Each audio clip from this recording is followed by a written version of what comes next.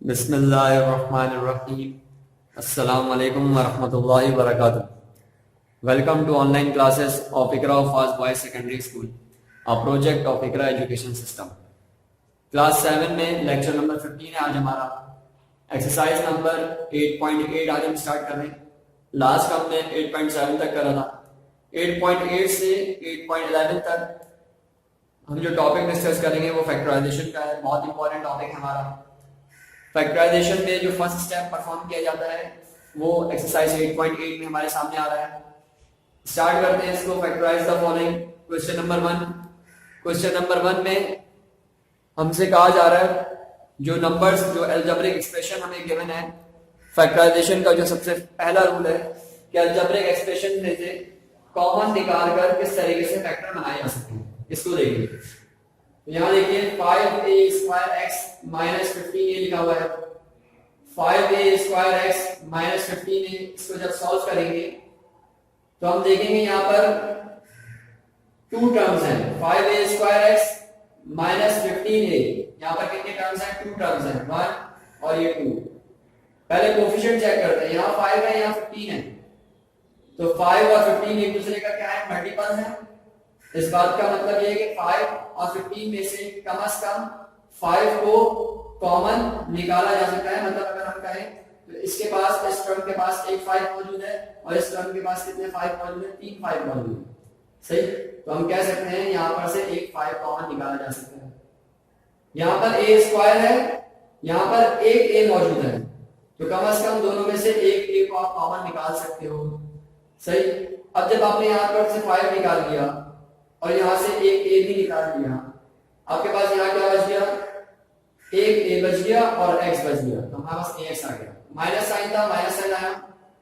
अब 5 के डिग्री में 15 का वाला 3 से, तो यहाँ पर 3 आ गया। ठीक है। एक a यहाँ पर था जो हमने कॉमन में निकाल दिया, तो इसको दोबारा से यहाँ पर हम नहीं लिख सकते क्योंकि आपने कॉमन निकाला। अब मुझे चेक करना है कि मेरा कॉमन सही निकला या नहीं निकला। मैं इस 5a को अंदर ब्रैकेट में मल्टीप्लाई करूंगा। 5a जब ax से मल्टीप्लाई होगा तो a मिलके a² हो जाएगा और 5a² x मिल जाएगा। ठीक है, ये बन जाएगा। 5a जब 15a से मल्टीप्लाई होगा, सही, सॉरी 5a जब 3 से मल्टीप्लाई होगा तो 5 3 जा 15 और a हो जाएगा। ठीक है, इसका मतलब हमारा कॉमन बिल्कुल सही निकला। इसी तरीके से यहां देखिए m⁴ minus m³ plus n²। ठीक है, यहां पर भी 3 टर्म्स हैं। यहां पर 4m मौजूद है, यहां पर 3m मौजूद है, यहां पर 2m मौजूद है।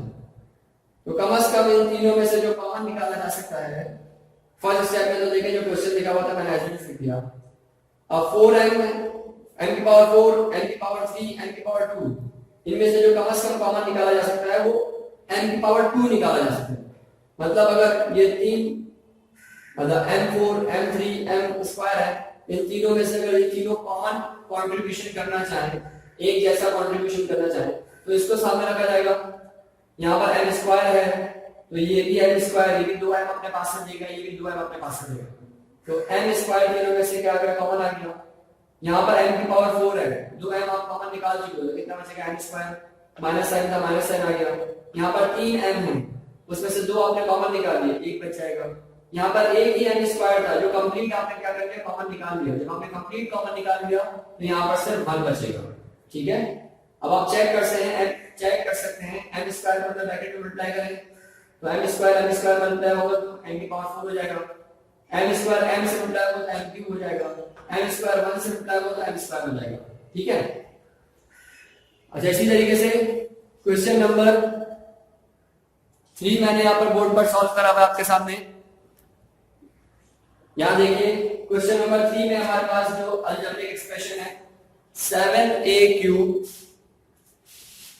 यहां दिया हुआ है 7a³ प्लस 14a² माइनस 7। अब यहां पर 3 टर्म्स है। फर्स्ट स्टेप में तो मैंने जो क्वेश्चन लिखा हुआ था उसको एज इट इज कॉपी कर दिया। नेक्स्ट स्टेप में पहले कोफिशिएंट चेक करा, यहां पर 7, यहां 14, यहां 7 है, इसका मतलब 7 कॉमन निकाला जा सकता है क्योंकि यहाँ पर 7 है, यहाँ 14 है, यहाँ 7 है, तीनों 7 के क्या है मल्टीपल्स है, 7 के टेबल्स में आते हैं। यहाँ पर a क्यूब है, यहाँ a स्क्वायर है, यहाँ पर a नहीं है, सही। इसका मतलब तीनों में से a कॉमन निकाला नहीं जा सकता, सही। तो हमने कहा तीनों में से 7 कॉमन निकालते हैं, और यहाँ पर जब 7 आपने कॉमन निकाल लिया, यहाँ क्या बचे a क्यूब, प्लस साइन था प्लस आ गया, यहाँ 14 था, अब आपने 7 कॉमन निकाला है, तो इसका मतलब 7 के टेबल में 14 का बाद है 2 से, तो यहाँ 2 आ गया, a स्क्वायर एज आ गया, माइनस साइन था, अब यहाँ सिर्फ 7 था, अब ये 7 पूरा आपने कॉमन निकाल लिया, तो यहाँ क्या बचेगा 1 बचेगा। चेक करें, 7 को दोबारा मल्टीप्लाई करके देखें इस पूरे ब्रैकेट से, तो ये वैल्यू बनेगी 7 a क्यूब से होगा 7 a क्यूब हो जाएगा, 7 2a स्क्वायर से होगा 14 a स्क्वायर हो जाएगा, 7 1 से होगा 7 1 7 हो जाएगा, ठीक है। अब उसके बाद नेक्स्ट क्वेश्चन 4 देखिए, mx square minus m square x minus mx। First step में तो हमने सेम क्वेश्चन कॉपी कर दिया। अब अगर देखें तो यहाँ पर एक m है 2x है, माइनस यहाँ पर 2m है 1x है, माइनस यहाँ पर 1m है और एक ही x है, तो कम से कम इन तीनों में से जो कॉमन निकल सकता है तो वो हम इसको सामने रख के निकालेंगे, 1m और 1x, ये अपने पास से 1m और 1x कंट्रीब्यूट करेगा, ये भी अपने पास से 1m और 1x कंट्रीब्यूट करेगा, ये भी अपने पास से 1m और 1 कंट्रीब्यूट करेगा, तो तीनों में से कॉमन क्या निकला mx कॉमन आ गया। अब यहां पर रिमेनिंग क्या बचा, यहां पर 2x से 1x बच गया, माइनस यहां पर माइनस आ गया, 2m थे 1m बच गया, माइनस यहां पर mx पूरा कॉमन निकल गया, तो सिर्फ क्या बचेगा 1 बचेगा, ठीक है। क्वेश्चन नंबर 5 देखिए, क्वेश्चन नंबर 5 में लिखा हुआ 13n minus 2n cube plus 39n की पावर 5।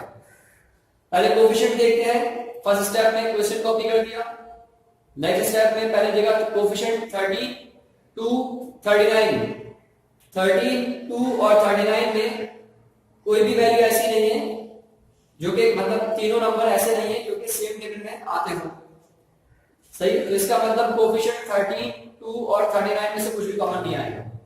वेरिएबल को देखते हैं, यहाँ पर 1n है, यहाँ पर 3n है, यहाँ पर 5n है, तो कम से कम 1n कॉमन निकाला जा सकता है, 1n हमने कॉमन निकाल लिया, यहाँ क्या बच गया 13 ऐसे आ गया, सिर्फ 13 बचेगा, माइनस साइन आ गया, यहाँ आ गया 2n स्क्वायर, प्लस साइन था प्लस साइन आ गया, यहाँ आ गया 39, n 5 थे, आपने 1n निकाल दिया, तो कितने बच गया n की पावर 4 बच गया।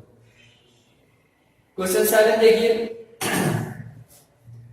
क्वेश्चन 7 में अब जो हमारे पास एक्सप्रेशन है उसमें फर्स्ट टर्म में ये पूरी फर्स्ट टर्म कहलाएगी, यहां से लेके यहां तक ये पूरी हमारे पास क्या कहलाएगी first term, 3a bracket b plus c, ठीक है, 3a मल्टीप्लाई हो रहा है b प्लस c से, ये पूरी एक टर्म है, प्लस साइन है, फिर 6d b प्लस c, ये पूरी एक टर्म है, ठीक है। अब इस पूरी टर्म में से और इस पूरी टर्म में से हमें क्या देखना है, कॉमन देखना है। अगर देखें एक तो b प्लस c दोनों में नजर आ रहा है, b प्लस c तो दोनों में से कॉमन आएगा। इसके अलावा देखें कोफिशिएंट, यहाँ पर 3 है, यहाँ पर 6 है, इसका मतलब 3 भी कॉमन आ सकता है, इसके पास एक 3 है, इसके पास 2 3 है, ठीक है, 6 है ना, 6 होने का मतलब क्या है 2 3 यहाँ पर, सही। तो कम से कम एक एक 3 दोनों कंट्रीब्यूट कर सकते हैं, तो यहाँ से हमने 3 कॉमन निकाला फर्स्ट स्टेप में, तो खैर मैंने क्वेश्चन को एज इट इज कॉपी कर दिया। उसके बाद यहाँ से 3 कॉमन निकाल दिया, ये 3a था, ये 6d था, तो यहाँ से 3 कॉमन आ गया, और b प्लस c दोनों के पास है, तो b प्लस c भी आगे कॉमन आ गया, तो यहाँ तक तो कॉमन वाली बात हो गई, 3 into b plus c, 3 into b plus c, ये हमारा क्या आ गया कॉमन आ गया। अब यहाँ पर अगर हम देखें तो सिर्फ a बच गया, तो a आ गया, यहाँ पर प्लस साइन था प्लस साइन आ गया आपके पास, सही। अब यहाँ 6 है, ठीक है, अब यहाँ 6 था, तो हमें मालूम है 3 के डेट में 6 का वाला है 2 से, तो यहाँ 2 बच जाएगा, ये d आ गया, ठीक है।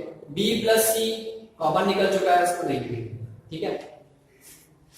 अगेन क्वेश्चन नंबर 9 देखिए, क्वेश्चन नंबर 9 में हमारे पास जो एक्सप्रेशन है 4ln x minus y plus 8ln x minus y का square plus 12nl x minus y।